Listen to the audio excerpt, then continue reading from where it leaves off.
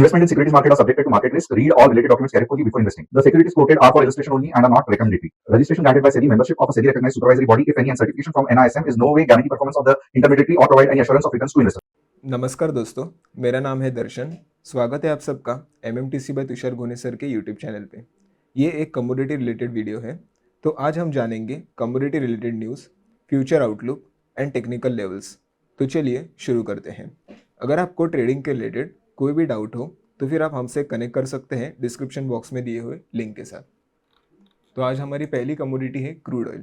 तो दोस्तों आज क्रूड ऑयल का सीन थोड़ा शांति से बैठ के समझते हैं, क्योंकि मार्केट अभी भी पूरे एक्शन मोड में नहीं है बल्कि वेटिंग मोड पे चल रहा है। पहली न्यूज़ है geopolitical and sentiment drivers, tensions अभी जिंदा हैं। सबसे पहले मिडल ईस्ट का एंगल समझते हैं। यूएस ईरान टेंशंस अभी भी एक सॉलिड सपोर्ट फैक्टर बने हुए हैं। ईरान न्यूक्लियर टॉक्स चल रहे हैं, कोई फाइनल क्लैरिटी नहीं है, और ऊपर से स्ट्रेट ऑफ हॉर्मज का रिस्क प्रीमियम, ये सब मिलके मार्केट को फुल्ली बेरिश होने से रोक रहे हैं। इसलिए ऑयल प्राइसेस अभी तक होल्ड करके चल रहे हैं। सेंटिमेंट थोड़ा सा कॉशियस बुलिश बना हुआ है। अगर मार्केट फोकस देखें तो यूएस इन्वेंट्री डेटा का इंतजार चल रहा है। अब दोस्तों ट्रेडर्स की आंखें straight US EIA weekly inventory report पे लगी हुई है। यहाँ से शॉर्ट टर्म मूव आ सकती है। अगर क्रूड स्टॉक्स ड्रॉ होते हैं, प्राइसेस को पुश मिल सकता है अपर साइड। अगर बिल्ड ज़्यादा आता है, प्रॉफिट बुकिंग या प्रेशर भी आ सकता है। बेसिकली नेक्स्ट स्विंग का बटन इन्वेंट्री नंबर्स के हाथ में है। अब देखते हैं ज़रा ब्रॉडर सिनारियो। इस वीक में अभी तक कोई बड़ा कैटलिस्ट नहीं आया, ना मैक्रो साइड से ना जियोपॉलिटिक्स से कोई सॉलिड शॉक भी नहीं आया। इसलिए मार्केट का मूड कुछ ऐसा है कि range bound trading, news driven moves and strong trend का अभी वेट चल रहा है। क्रूड अभी भी फंडामेंटल से ज़्यादा हेडलाइंस पे रिएक्ट कर रहा है। जियोपॉलिटिकल अपडेट्स, ग्लोबल ट्रेड्स में ट्विस्ट। यहाँ कुछ इंटरेस्टिंग अपडेट्स आए हैं।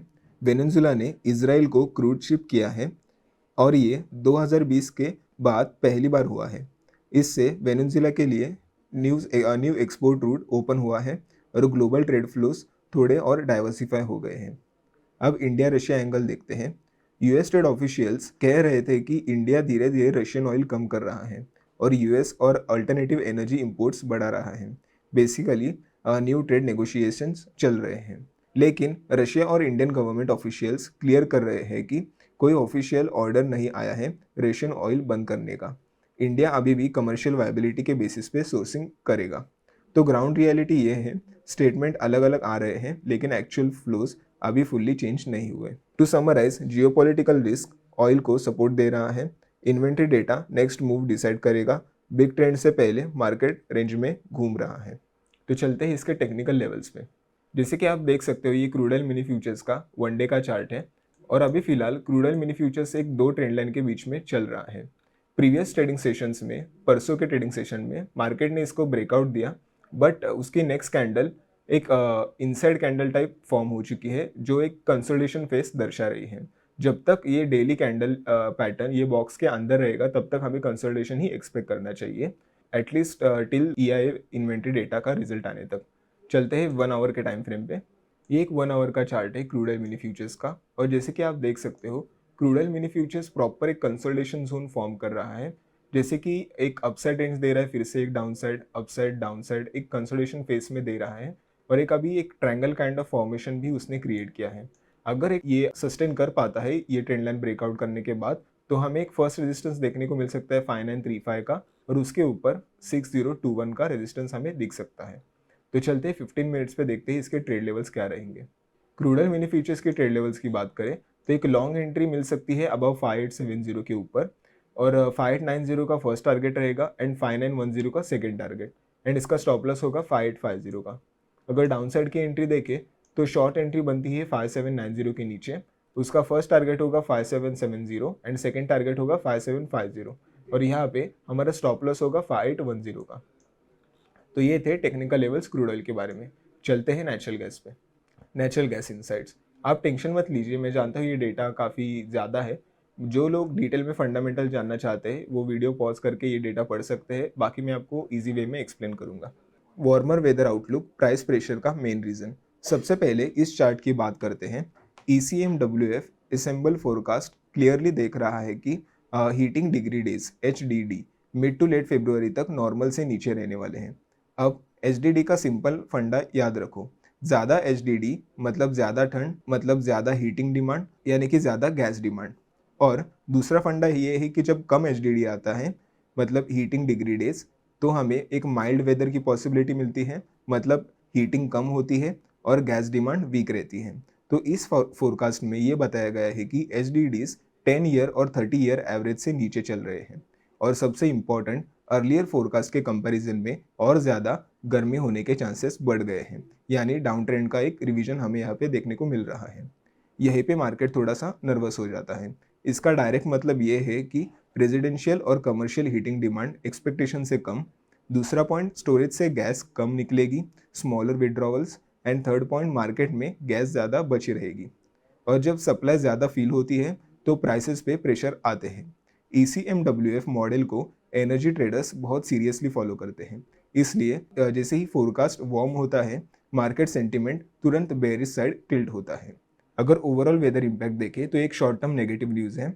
तो शॉर्ट टर्म में मैसेज सिंपल है दोस्तों, वेदर ठंडा नहीं, माइल्ड है, हीटिंग डिमांड वीक है और near term natural gas prices के लिए नेगेटिव सेटअप बना रहा है। अब देखते हैं मार्केट ड्राइवर्स की बात करते हैं। तो यहाँ पे एक थोड़ा सपोर्ट मिल रहा है। पहला point, strong LNG export demand. US के 8 मेजर LNG एक्सपोर्ट प्लांट्स पर फरवरी में average gas flows 18.5 billion cubic feet हो चुका है, जो जनवरी में 17.8 बिलियन क्यूबिक फीट था।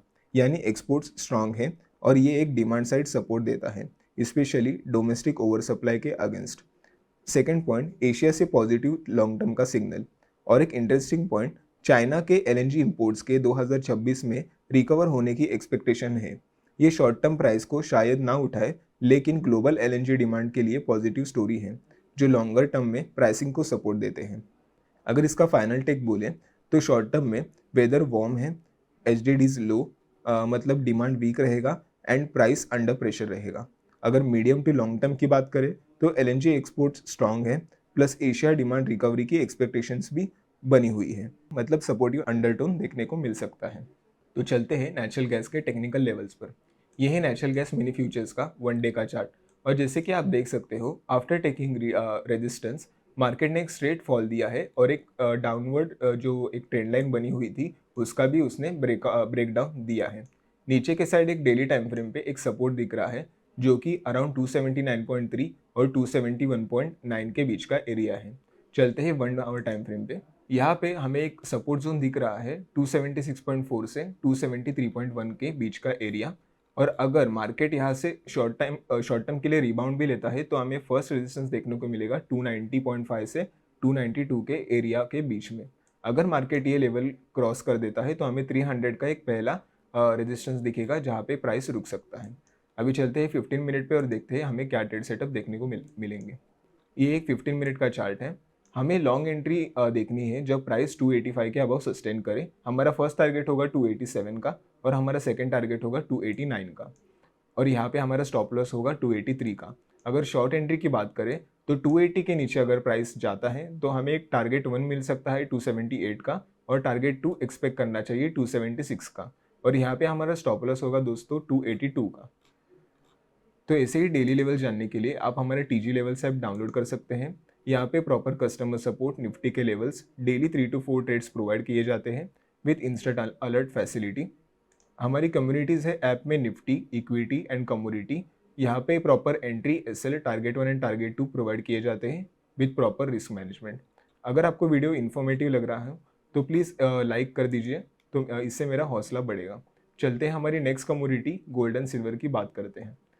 चलो दोस्तों, आज गोल्ड और सिल्वर का मूड और ड्राइवर्स सिंपल लैंग्वेज में समझते हैं। Software US economic data, metals को सपोर्ट।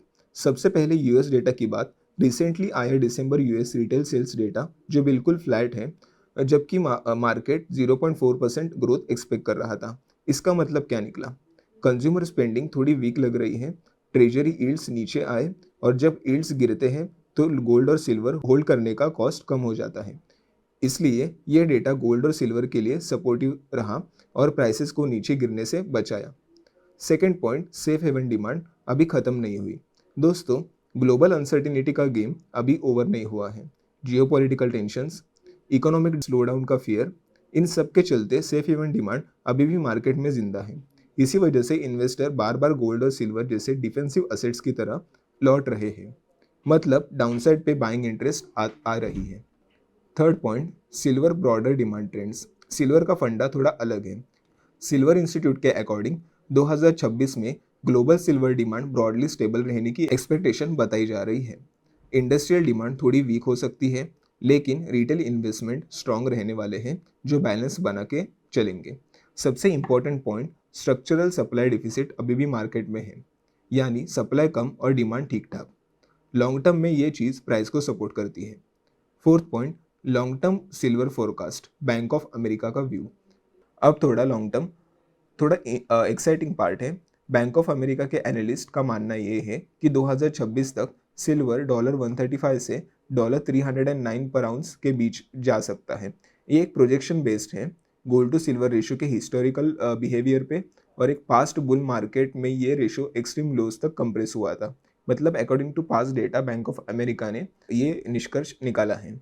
अगर वैसे ही सिनेरियो रिपीट होता है तो करंट लेवल्स जो कि $81 पर आउंस सिल्वर चल रहा है, ये लेवल से 65% से 279% तक का अपसाइड पॉसिबल है। ऑफकोर्स दोस्तों, ये एक लॉन्ग टर्म प्रोजेक्शन है।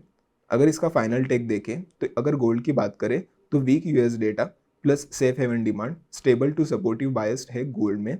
अगर सिल्वर की बात करें तो शॉर्ट टर्म में volatile, but long term story काफ़ी स्ट्रांग लग रही है ड्यू टू सप्लाई डेफिसिट और रेशियो बेस्ड अपसाइड पोटेंशियल। चलते हैं इसके टेक्निकल चार्ट पे। ये गोल्ड पेटल फ्यूचर्स का 1 डे का चार्ट है। जैसे कि आप देख सकते हो, गोल्ड पेटल फ्यूचर्स एक ही रेंज में कंसोलिडेट कर रहा है, ना ऊपर ना नीचे। तो अगर 1 आवर टाइम फ्रेम पे जाते हैं तो मैंने एक ऊपर से एक पैरेलल चैनल बनाया है जो कि गोल्ड पेटल से फॉलो करते हुए नीचे साइड जा रहा है। अगर इसने ये पैरेलल चैनल को क्रॉस किया तो हमें एक फर्स्ट रेजिस्टेंस 16,500 तक की रैली एक्सपेक्ट करनी चाहिए। और अभी चलते हैं 15 मिनट्स पे। अगर ये 15 मिनट का हम टाइम फ्रेम देखें तो प्राइस एक कंसोलिडेशन फेज में चल रही है। तो अगर यहाँ पे ट्रेड सेटअप देखना हो तो लॉन्ग एंट्री 16,600 के ऊपर देख सकते हैं। हमारा फर्स्ट टारगेट होगा 16,800 एंड सेकंड टारगेट होगा 17,000 का। यहाँ पे स्टॉप लॉस होगा 16,350।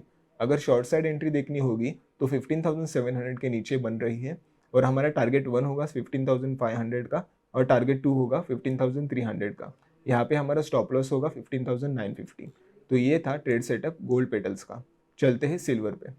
ये सिल्वर माइक्रो फ्यूचर्स का 1 डे का चार्ट है। जैसे कि आप देख सकते हो, ऊपर के साइड 3 लाख पे एक रेजिस्टेंस लेवल मैंने ड्रॉ किया है, और नीचे के साइड एक सपोर्ट लेवल है जो कि मार्केट ने अच्छा खासा रिस्पेक्ट किया है। बट अभी इन दोनों के बीच में प्राइस एक कंसोलिडेशन फेस क्रिएट कर रही है।